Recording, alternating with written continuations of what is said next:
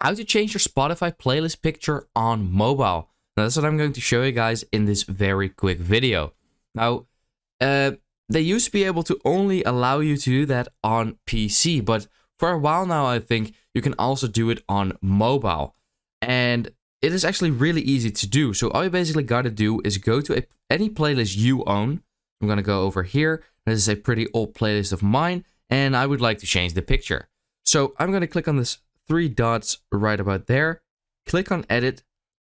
And this is where normally you can edit all your songs, like move them around and remove them. You can also change the name. And as you can see change image over there. So you want to click that and then click on choose from library. And then you can choose any picture you have in your gallery or photos app. So super easy to do. And yeah, that's it. So I hope this video helped you out. Please leave a like and let me know in the comments if it worked. I'll see you next time. Have a good day.